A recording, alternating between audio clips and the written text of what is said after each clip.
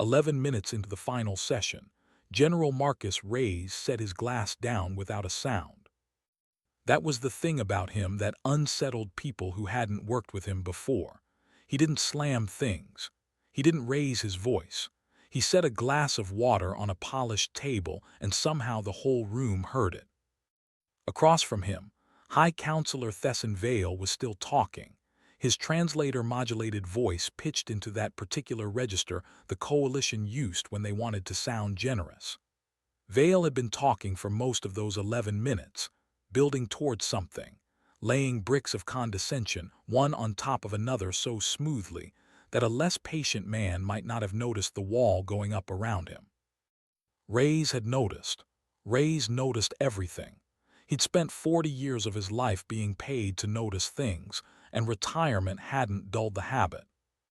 Behind him, Captain Dana Ibarra's pen had gone still against her notepad.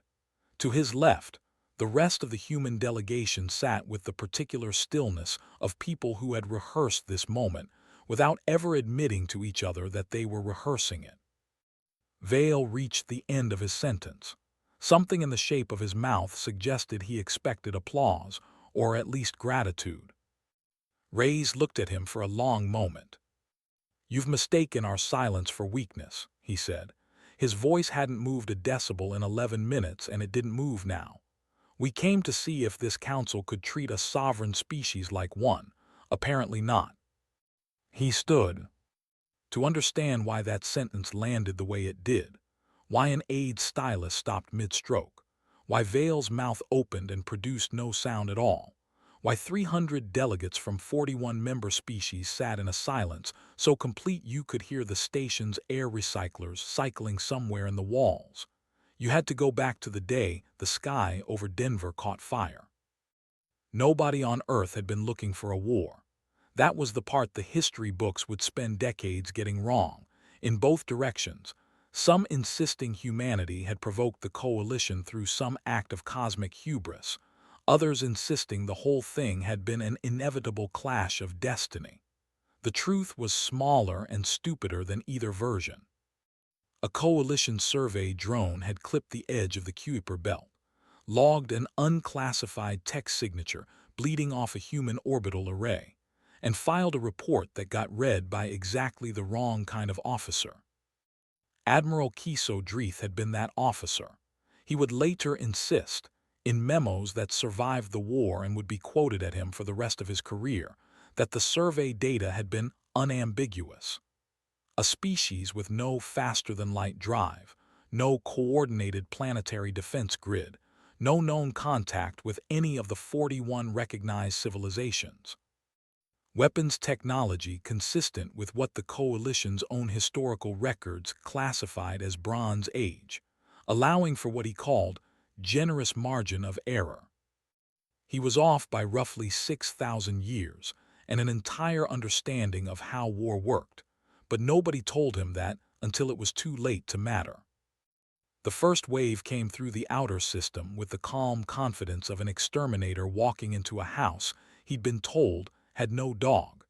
3 scout cruisers, minimal escort, orders to establish a forward position and begin diplomatic contact protocols, which, translated out of coalition bureaucratic language, meant landing enough force nearby that any subsequent negotiation would happen on their terms. Reyes had been a colonel then, 31 years into a career that had taken him through 2 continental conflicts, and one very quiet operation nobody was allowed to discuss at dinner parties. He was not supposed to be the one making first contact decisions. He became the one making first contact decisions because he was the senior officer awake at 4 in the morning, when a very confused radar technician reported 3 objects entering the solar system that weren't behaving like any known debris, satellite, or natural phenomenon. "They're not hiding," the technician said. "They're not even trying to hide." Reyes looked at the trajectory data for 11 seconds, the same 11.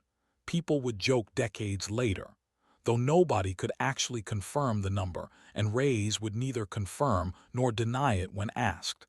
and gave an order that would be studied in military academies for the rest of the century. Let them land, let them think it's working, then close the door behind them. What followed was not a battle in any sense the coalition's tacticians would have recognized from their own doctrine. There was no formation, there was no honor. There was a decoy signal that made the lead cruiser believe it had found an undefended supply depot. 3 hours of patient silence, while the ship settled into a low orbit and began deploying a survey team. And then, with the same clinical lack of drama Reyes would bring into a peace talks chamber decades later. A kill box closing from 4 directions, the coalition sensors hadn't been calibrated to detect, because nobody in the historical record had ever built weapons meant to be quiet. The scout cruiser didn't explode. Explosions were loud, visible, the kind of thing that made for good after-action footage. It simply stopped transmitting.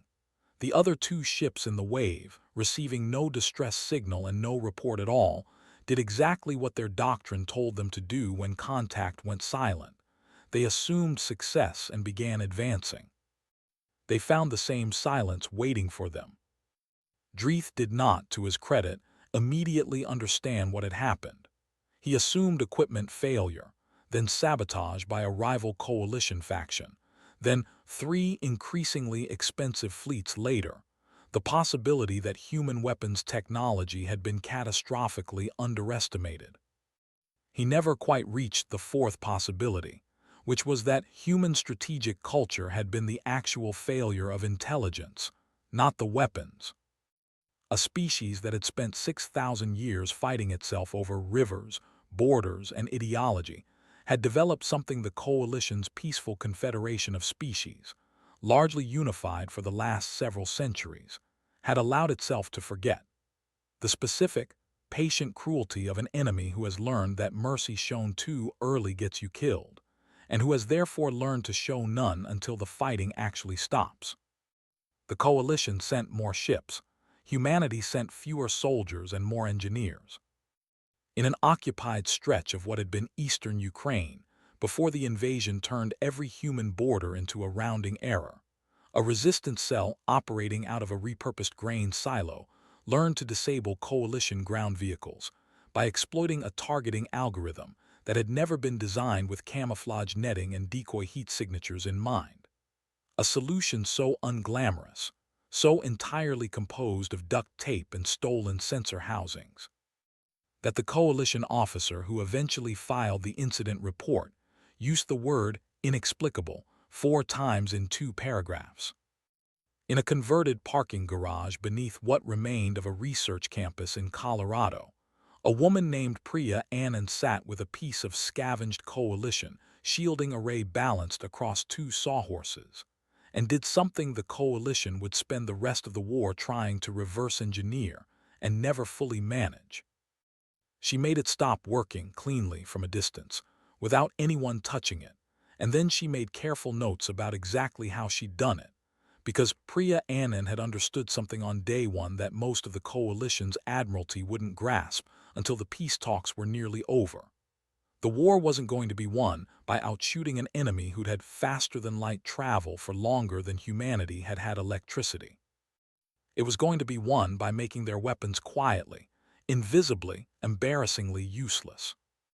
A field medic named Halloran, 3 days after losing 2 people from her unit to a coalition strike that had missed its intended target by 400 meters and hit a farmhouse instead, wrote in a letter home that never got sent because the mail system had stopped functioning weeks earlier.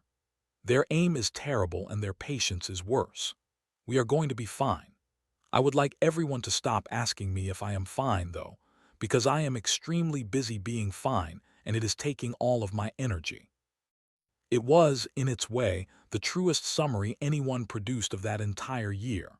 Not triumphant, not tragic in the way war stories were supposed to be tragic, just exhausted, competent, and grimly, darkly funny in the specific way people get when the alternative to laughing is something worse. By the time the Coalition's War Council convened its 4th emergency session, Dreeth was no longer using the word unambiguous. He was using words like unsustainable and reassessment.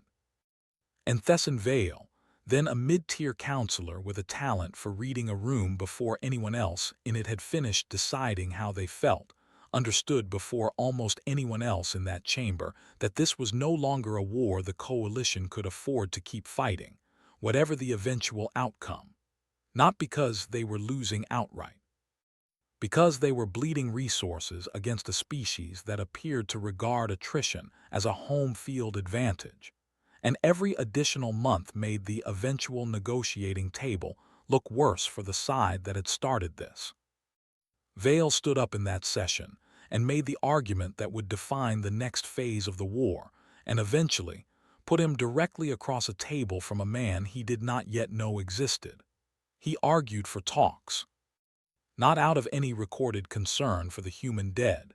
The transcripts, later declassified, show no such language anywhere in his remarks, but because the numbers had stopped supporting continued engagement, and Vale had built his entire career on being the person in the room who read numbers correctly first.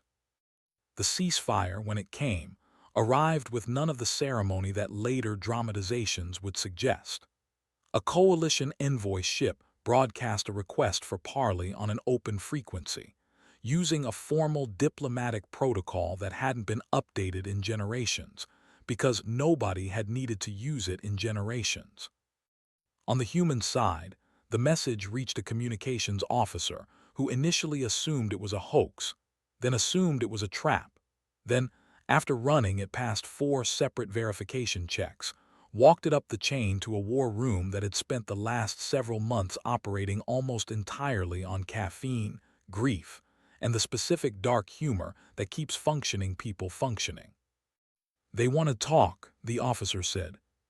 Someone in the back of the room, a logistics coordinator who had not slept properly since the occupation of the Ukrainian sector began, said, "About what? Surrender terms for losing a war they started," and got the kind of tired laugh that wasn't really about the joke. Reyes, by then a full general and the closest thing humanity had to a unified military voice, in a conflict that had forced an uneasy but real cooperation between nations that hadn't agreed on much before the ships arrived, read the ceasefire terms twice before saying anything at all. "They're not offering surrender," he said finally. "They're offering a table. That's not nothing. It's also not everything." The human shuttle that eventually docked at the coalition's designated neutral station carried a small delegation. Reyes, Ibarra, 2 translators, a legal advisor who had spent the war studying what fragments of coalition interstellar law had been shared during the ceasefire negotiations, and an honor guard of 4 soldiers whose weapons were, technically, holstered. Technically, anyone who had spent real time around soldiers could see the specific tension in how those holsters sat, not the relaxed drape of people who trusted the room they'd walked into, but the coiled readiness of professionals who understood that a ceasefire was a piece of paper, and paper had never stopped anyone determined enough to ignore it. Ibarra noticed it. She noticed the coalition honor guard on the other side of the docking corridor too, and the specific way their own weapons sat, and filed the observation into the part of her mind that had spent the entire war learning to read a room before the room finished deciding what it wanted to be. Because whatever this was, ceasefire, prelude to peace, prelude to something else entirely, Ibarra understood something that would prove true again and again over the grinding weeks of negotiation that followed, right up until the moment Reyes set his glass down without a sound and stood up from that table. Someone in that station on that day hadn't yet finished deciding whether this was actually peace. Enjoyed watching Earth make the coalition regret underestimating them. This is just the ceasefire. The real fight for respect happens at the negotiating table. Subscribe and stick around for Chapter 2, where the terms get revealed, and you find out exactly what the council thought they could get away with. The station had been built to make visitors feel small. Reyes noticed it the moment the shuttle doors opened onto the transfer corridor, ceilings that climbed 40 meters into shadow for no functional reason. Walls paneled in a material that caught the light and threw it back diffuse and directionless, so that every sound seemed to arrive from nowhere and everywhere at once. It was the architecture of a species that had spent centuries hosting delegations from newer, smaller civilizations, and had learned, somewhere along the way, that scale did half the negotiating before anyone said a word. He gave it exactly as much attention as it deserved, which was none visible on his face, and kept walking. Ibarra walked half a step behind his left shoulder, the position she'd held through 11 weeks of ceasefire liaison work, and used the long corridor to do what she always did: count exits, count guards, count the specific density of coalition staff clustered near doorways that a casual observer would assume were just doorways and that she assumed, correctly, were monitoring points. "They've got optical sensors in the light fixtures," she said quietly, in the clipped shorthand the delegation had developed for saying things without appearing to say anything. "Audio too, probably. Standard." "Assume everything's heard," Reyes said. "Say nothing you wouldn't put in a press release." The chamber itself, when they reached it, was smaller than the corridor had promised, a deliberate contrast, Ibarra suspected, meant to make the approach feel monumental, and the actual room feel almost intimate, almost reasonable, the kind of space where reasonable people made reasonable agreements. A long table curved in a shallow arc, coalition delegates already seated on the outer edge of it, human seats positioned on the inner edge facing outward, toward the room, toward all of them. Position to be watched, Reyes filed that too. High Counselor Thesson Vale stood as they entered, and something in the gesture read, to anyone who'd spent a career reading rooms, as performance rather than courtesy. He was tall in the way his species tended to be tall, angular where humans were round, with a face that had clearly been studying human expressions during the ceasefire, and had learned to approximate warmth without quite landing on it. General Reyes. Vale's translator rendered the name with careful precision, the kind of precision that itself was a small performance. "We're honored you've made the journey personally, rather than delegating to a subordinate. It suggests you take this seriously." "We take every conversation about the future of our species seriously, Counselor," Reyes said, taking his seat without being invited to. "I'd have been surprised if anyone here expected otherwise." Something flickered across Vale's face, not quite offense, more the recalibration of a man who'd prepared an opening move and watched it fail to produce the expected response. He recovered smoothly enough that a less attentive observer wouldn't have caught it at all.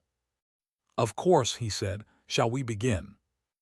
They began with the parts that were easy, because that was how these things always began, a framework for prisoner accounting, a joint commission to catalog and return the dead from both sides, language about mutual recognition of sovereign territory that sounded generous until you noticed it was phrased entirely in terms of what the coalition would recognize about Earth, and contained nothing reciprocal about what Earth might recognize about coalition space.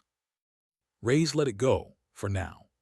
Ibarra took notes with a pen that hadn't run out of ink in 11 weeks because she'd started using it as a prop, a physical object to occupy her hands while her actual attention tracked language patterns and the specific pauses coalition delegates took before saying anything that mattered. The pause before Vale introduced the third section of the document was longer than the others. "Now," Vale said, "the matter of ongoing security arrangements." A secondary counselor, younger, sharper-featured, introduced hours earlier as Cashin Ord and immediately filed by Ibarra under legal not military, slid a translated document across the table's surface, where it appeared simultaneously on the small screen embedded in front of each human delegate. Reyes read it once, the way he read everything, cover to cover before reacting to any individual line. Ibarra read it over his shoulder and felt the specific, familiar cold settle into her chest that she'd learned, over 11 weeks, to recognize as the feeling of watching someone try something. The document called for a phased disarmament of human orbital defense platforms, verified by coalition inspection teams operating with what the language described as unrestricted access. It called for technology-sharing protocols that ran in exactly one direction: coalition access to human military research, with no corresponding clause granting Earth access to anything the coalition had developed. And it called, in a paragraph phrased with the same careful, generous-sounding language as everything else, for the stationing of what the document termed an advisory fleet in the Sol system, ostensibly to assist with post-conflict stabilization. For a duration the document left conspicuously unspecified. Reyes set the tablet down. "Counselor Vale," he said, "walk me through the logic of the third clause. Explain to me why a species defending its own solar system against an unprovoked invasion is the party being asked to disarm." Vale's expression arranged itself into something practiced, patient, faintly regretful, the face of a man delivering news he clearly believed was kinder than the alternative. "General, I understand the instinct, but you must understand our position as well. Humanity is, by every metric we have, a very young civilization. 6,000 years of recorded history is," he paused, as if searching for a word that wouldn't cause offense, and Ibarra noted that the pause itself was the offense. Brief. "The advisory presence isn't a punishment. It's a stabilizing hand, while your institutions mature into the responsibilities of interstellar citizenship." "A stabilizing hand," Reyes repeated. "Precisely. With ships. For now." Reyes looked at him for a long moment, and something in the room's ambient sound seemed to sharpen, though nothing had actually changed. "Counselor, my grandfather fought a war on a continent that had a stabilizing hand extended over it for 40 years by people who called it the same thing you're calling it now. It ended when the people underneath that hand got tired of being stabilized. I'd ask you to consider whether that's a historical pattern you actually want to invoke." Vale's aide, seated to his left, made a small note. Vale himself did not answer immediately, and the silence stretched just long enough to become its own kind of statement. "We can revisit the framing," Vale said eventually. "The substance remains." That night, in the cramped secure quarters, the delegation had been assigned 3 decks below the negotiation chamber. Ibarra sat with 3 tablets arranged in front of her, and did the part of her job that nobody put in the official liaison reports. The ceasefire terms had granted the human delegation limited access to coalition logistics manifests, a transparency measure, framed as a gesture of good faith, meant to demonstrate that neither side was covertly rearming during talks. Ibarra had spent every night of the negotiation period going through those manifests line by line, because 11 weeks of ceasefire liaison work had taught her that coalition, good faith gestures tended to have very specific edges, beyond which the good faith simply stopped. She found the edge at 11:40 that night. A fleet designation she didn't recognize, cross-referenced against a supply requisition that made no sense for a support or diplomatic vessel, ordnance resupply, hull plating reinforcement stock, a personnel transfer order moving 200 additional crew onto ships that, according to the same manifest, were currently listed as in standard maintenance rotation, non-operational. Ships didn't need 200 extra crew and a full ordnance resupply to sit in a maintenance bay. She pulled the fleet's last confirmed position, cross-referenced it against a shipping lane database that had taken her 6 weeks to fully map, and felt the cold in her chest turn into something colder and more specific. The fleet wasn't in maintenance. It was staged, sitting one jump outside a border that, if crossed, would put it on a direct heading toward Sol, currently just far enough out to be plausibly deniable as anything other than routine positioning, and just close enough to arrive with unsettling speed if someone decided the diplomatic winds had shifted. She found Reyes in the small shared office space at midnight, station time, still awake, reading through the day's transcripts with the specific stillness of a man who did his best thinking without anyone watching him think. "Sir," she set the tablet in front of him, "you need to see this." He read it in silence, the same cover-to-cover discipline he applied to everything, and when he finished, he didn't say anything for almost a full minute. "They're positioning before the ink's dry," he said finally. "Staged, not deployed. Yet." Ibarra kept her voice level, the way she'd trained herself to over 11 weeks of delivering bad news to a man who never seemed to need the bad news softened. "If they wanted to make a point before final signatures, this is exactly how you'd stage it.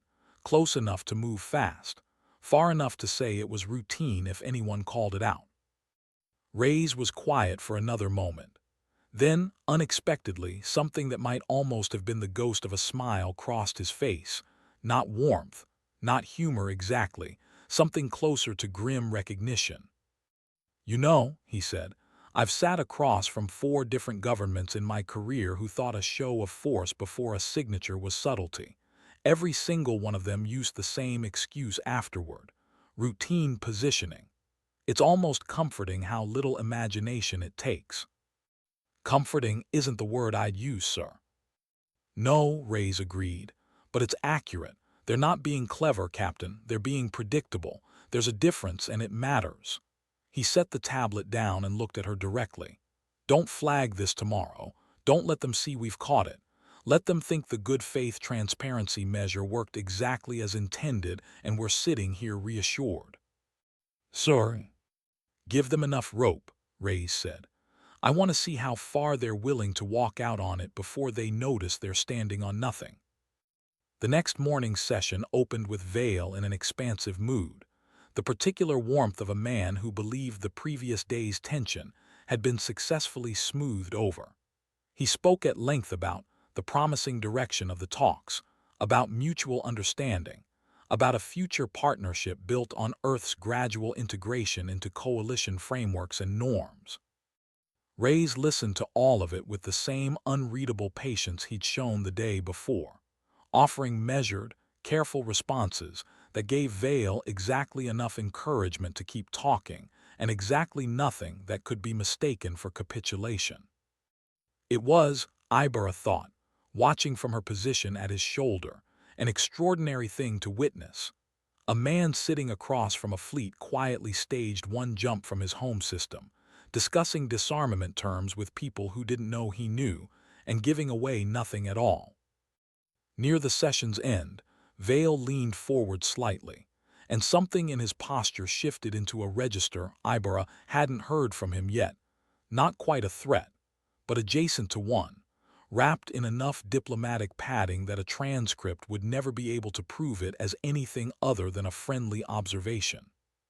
"General," Vale said, "I do hope we can continue in this spirit of trust." Continued. Distrust on either side tends to have consequences neither of us would prefer. Reyes held his gaze for exactly as long as courtesy required, and not 1 second longer. "I appreciate the sentiment, Counselor," he said. "Let's hold this session here for today." He rose, and the delegation rose with him, and the room emptied in the unhurried, professional manner of people who had absolutely nowhere else they needed to be. 3 decks below, in a chamber the human delegation had no access to and no knowledge of, Admiral Kiso Dreeth stood before a tactical display and gave an order dressed up as caution. "Move the fleet to Saul's outer perimeter," he said. "As a precaution, nothing provocative, just close enough to remind them what patience looks like from our side." The staff officer at the console hesitated, just slightly, before entering the command. "Time to arrival, sir." 9 days, Dreeth said. The talks, according to the schedule both sides had formally agreed to, were set to run for 11. The final session opened the way every session before it had opened, Vale's easy warmth, the same careful hospitality, the same architecture of a room designed to make visitors feel smaller than they were. Nothing about the morning suggested it would be the last one. Reyes noticed that too. He'd learned, across a long career, that the sessions where nothing seemed to be happening were usually the ones where everything was about to. Vale spent the first 20 minutes on procedural closure, summarizing the framework, thanking both delegations for their patience, laying groundwork for what he clearly intended to present as a successful conclusion. Ibarra, beside Reyes, kept her pen moving across the tablet, tracking not the content but the rhythm, the particular cadence of a man building towards something he'd rehearsed. "We find ourselves," Vale said, "at the threshold of something genuinely historic. A young species, tested by fire, stepping into its place among the recognized civilizations of this galaxy, not through conquest, but through the wisdom of accepting guidance." "Guidance," Reyes said without inflection. "The advisory presence," Vale clarified, with the patient tone of a teacher repeating a point for a student who hadn't quite grasped it. "I understand the language has been difficult for your delegation, but I'd ask you to consider it from where we sit. You are being offered a seat at a table that took some species centuries to earn. Most civilizations in your position would express gratitude, not resistance." Something in the room's temperature seemed to drop by exactly 1 degree, though nothing had physically changed. "Gratitude," Reyes repeated. "For terms that could have been considerably less generous," Vale said, and here, for the first time in 11 sessions, something in his careful diplomatic mask slipped just slightly, just enough to let something older and less patient show through. "You fought a war you should not have survived, General. The coalition has shown remarkable restraint in the aftermath. I would gently suggest that continued posturing invites the kind of corrective action neither of us wants to discuss in this room." The words landed and sat there, and nobody moved to pick them up. Ibarra's pen stopped. Reyes was quiet for 4 full seconds, long enough that Vale's aide, seated to his left, glanced up from his notes, sensing without understanding that something had shifted in the room's pressure. Then Reyes set his glass down. He didn't slam it. He didn't raise his voice. He set it down the way he'd set it down 11 minutes into every session before this one, a small, precise sound in a very large, quiet room, and the entire chamber seemed to hear it anyway. He stood. "You've mistaken our silence for weakness," he said. His voice hadn't moved a decibel across 11 sessions, and it didn't move now. "We came to see if this council could treat a sovereign species like one. Apparently not." Vale's mouth opened. Nothing came out of it.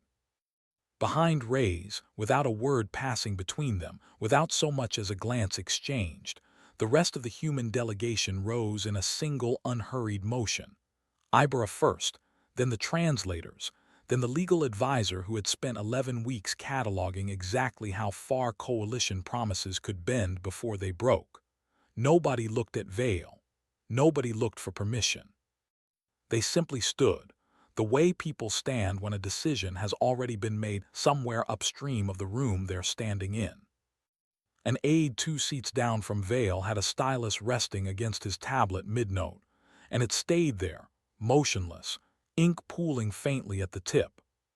"General," Vale started. "We're done here, Counselor." Reyes was already turning toward the door. "You know where to find us when you're ready to negotiate with a species instead of managing one."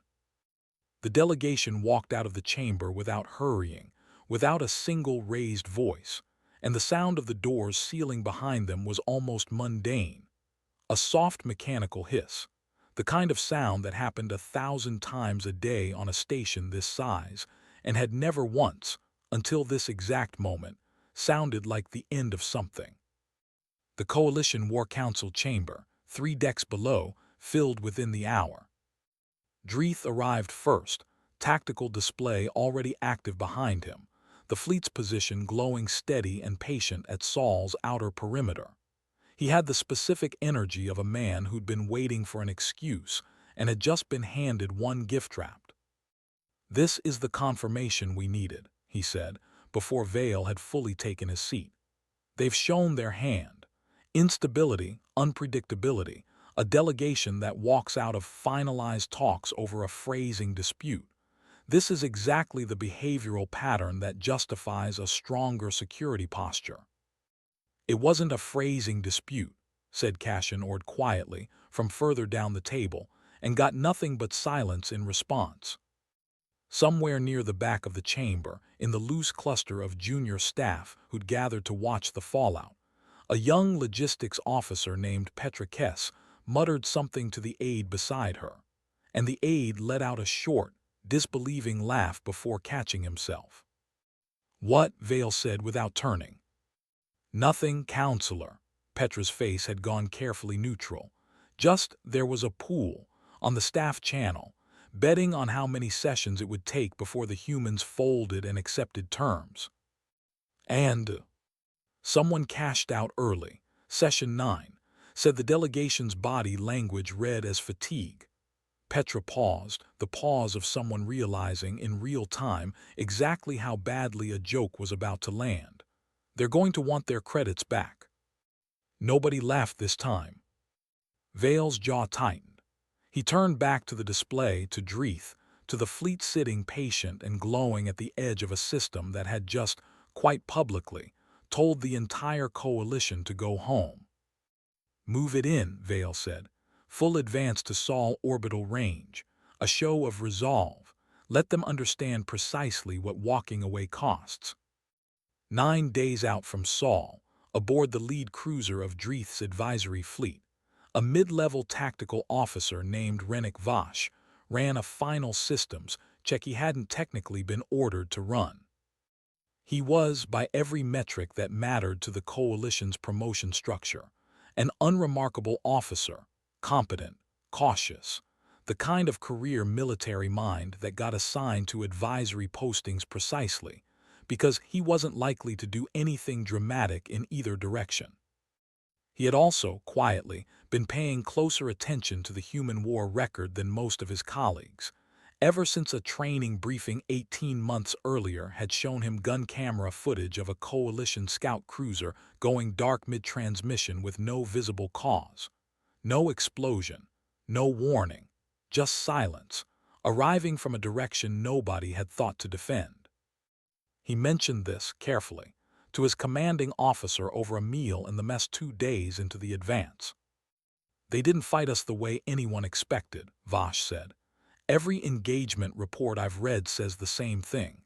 No grand gestures, no warning shots.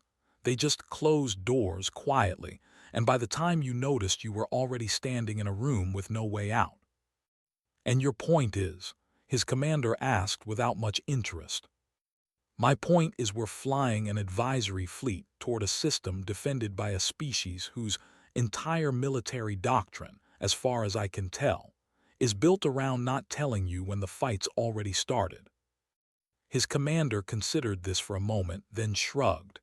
"It's a show of resolve, Lieutenant. We're not landing. We're not engaging. We're parking outside their door until they remember their manners." Vosh didn't argue further. He filed the doubt away in the part of his mind reserved for things a career officer learned not to say twice, and went back to his post, and ran his systems check anyway, because 18 months of quiet unease didn't disappear just because someone told him not to worry about it. In Sol, 3 light towers ahead of the advancing fleet, General Reyes stood in a windowless briefing room beneath a mountain in Colorado and listened to a report he'd been expecting for 9 days. "They've crossed the outer marker," the duty officer said. "Confirmed heading, confirmed fleet composition, matches the staged Group Captain Ibarra flagged during talks. ETA to Sol orbital range, approximately 6 hours." The room held maybe a dozen people, and every one of them had spent the war learning to read Ray's face for information his voice never volunteered. There was nothing to read now. He looked at the display for a long moment, the fleet's projected course rendered as a slow, patient line converging on the only home any of them had. "Authorize hush," he said. The duty officer's hand hesitated over the console for exactly 1 second, not from doubt, but from the specific gravity of a word that most people in that room had heard exactly once before, during a classified briefing 8 months earlier, and had not been permitted to discuss since. "Full deployment, sir." "Full deployment," Reyes confirmed. "No offensive action, no visible engagement, just—" He paused, and something that wasn't quite a smile moved across his face, gone almost as soon as it appeared. "Let them arrive." The order went out at 3:47 hours, Colorado time. Routed through channels that existed on no official communications diagram anyone outside a very small circle had ever seen.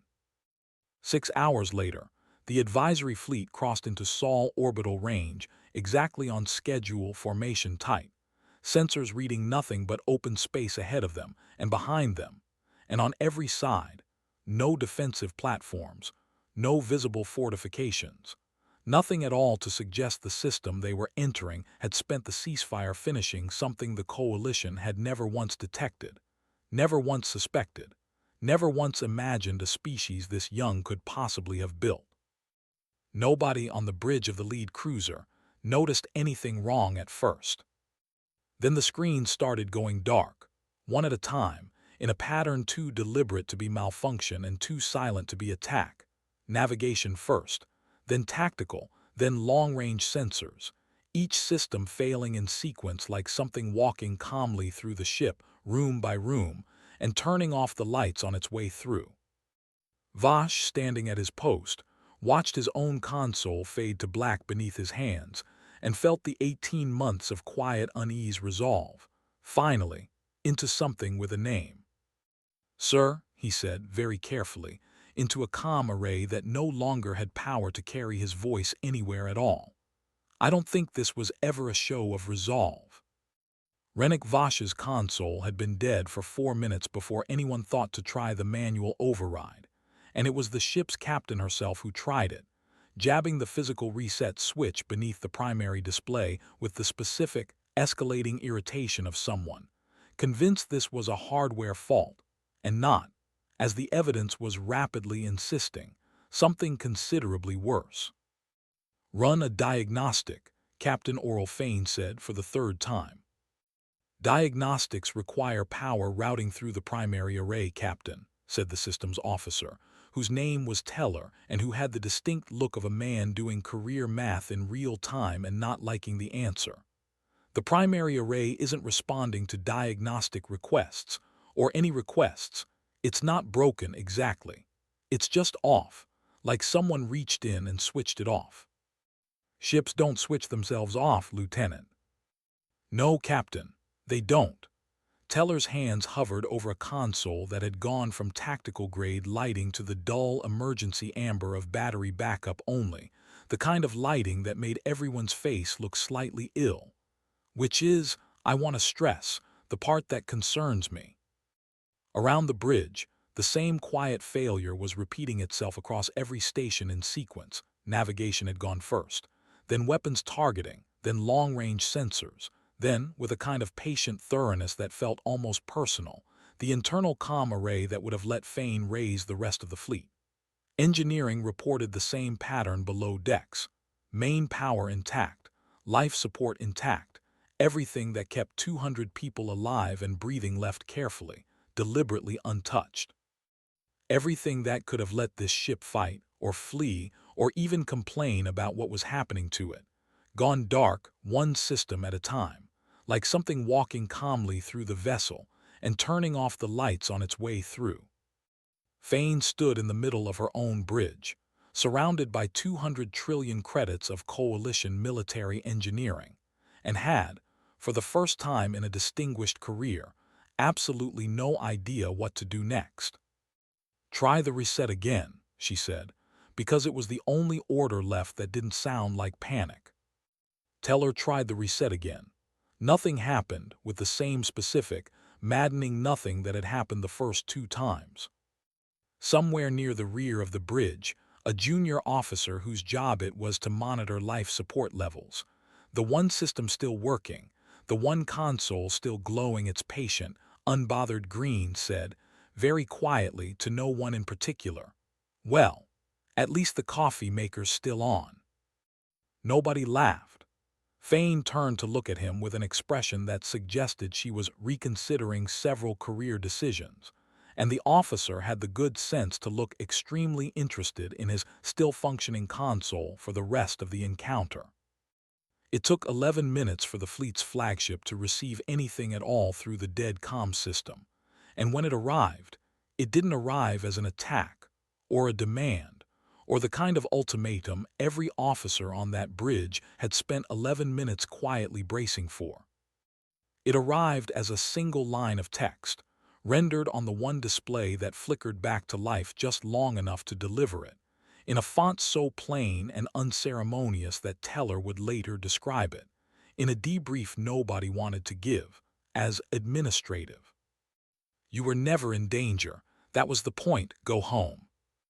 The screen went dark again immediately after, and for a long moment nobody on the bridge said anything at all.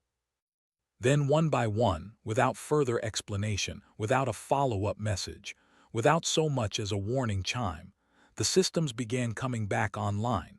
Navigation first, then sensors, then weapons targeting, restored in the exact reverse order they'd been taken, with the specific efficiency of someone returning borrowed tools to a shelf.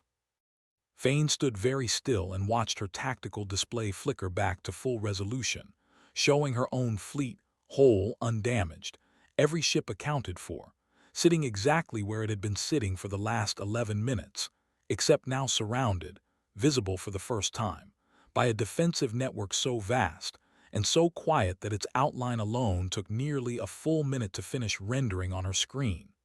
Platforms she hadn't detected on the way in.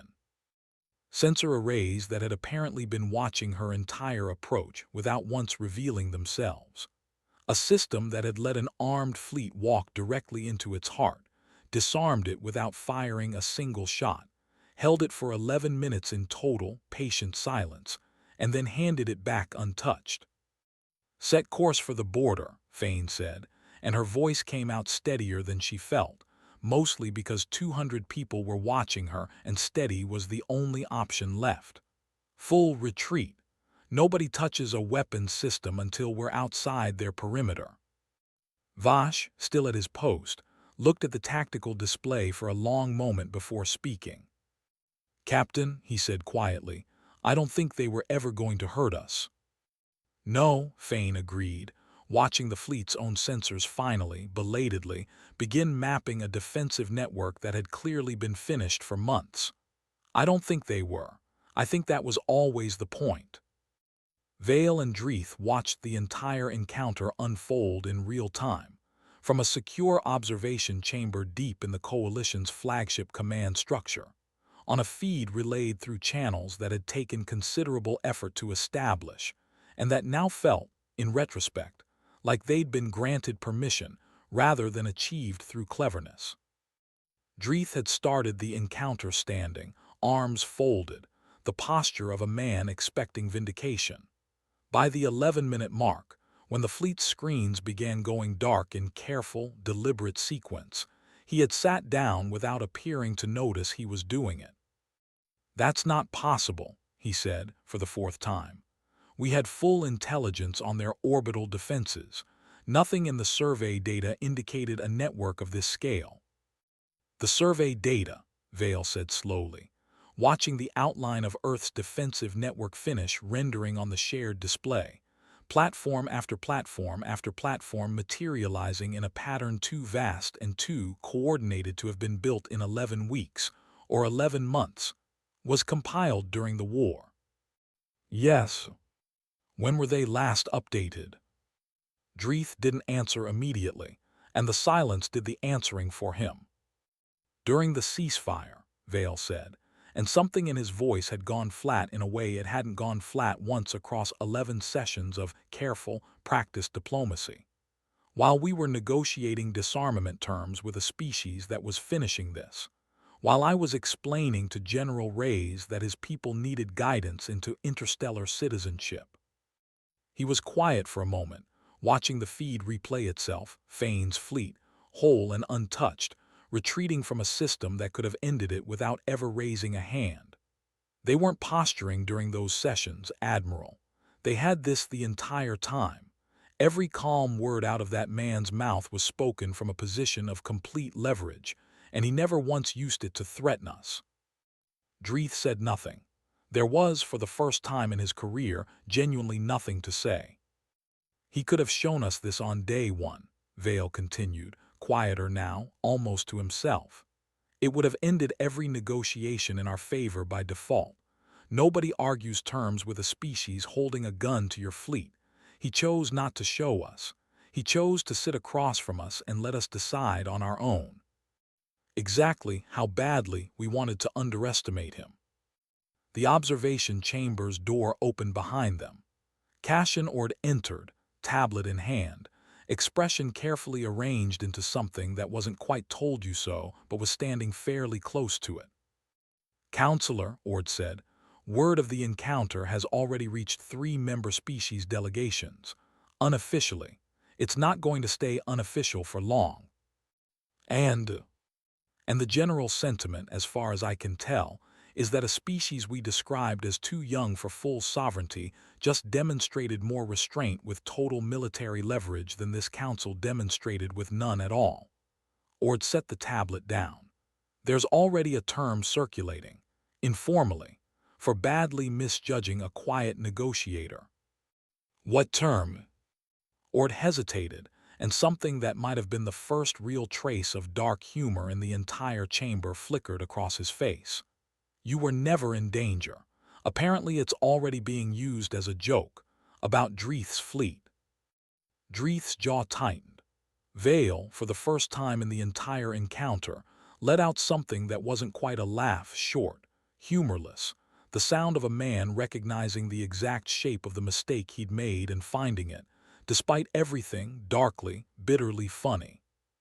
The request for renegotiation arrived at the human delegation's quarters 4 days later, delivered not through the formal diplomatic channels that had governed every previous exchange, but through a personal message from Cassian Ord, addressed directly to General Reyes, containing considerably less ceremony than anything the coalition had sent across 11 weeks of talks.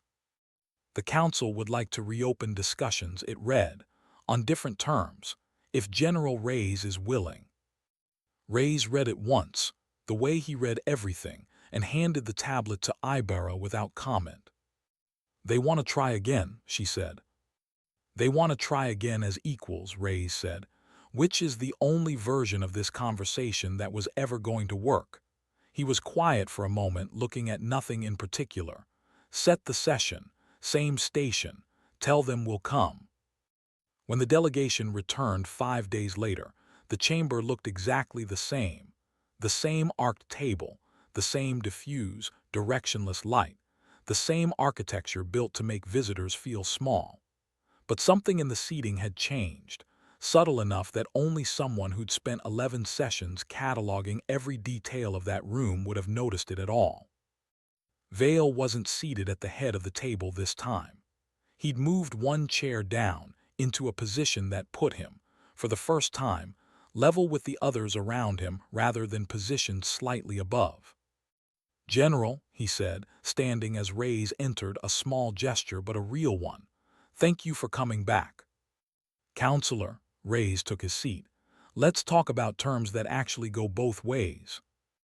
Outside the chamber, in the corridors and mess halls and quiet late-night conversations of a station that had, over the preceding week, absorbed the full shape of what had happened at Saul's perimeter, the phrase Cassian Ord had mentioned kept spreading, softening at its edges, losing its bite, settling into the kind of dry, permanent idiom that outlasts the event that created it. Someone would misjudge a quiet negotiation, somewhere, sometime, for as long as the coalition kept records, and someone else would say it back to them, half a joke and half a warning, the way the truest lessons always end up sounding. You were never in danger, that was the point. If you made it this far, you already know what patience like that costs to build, and it's not the kind of thing this council's going to forget.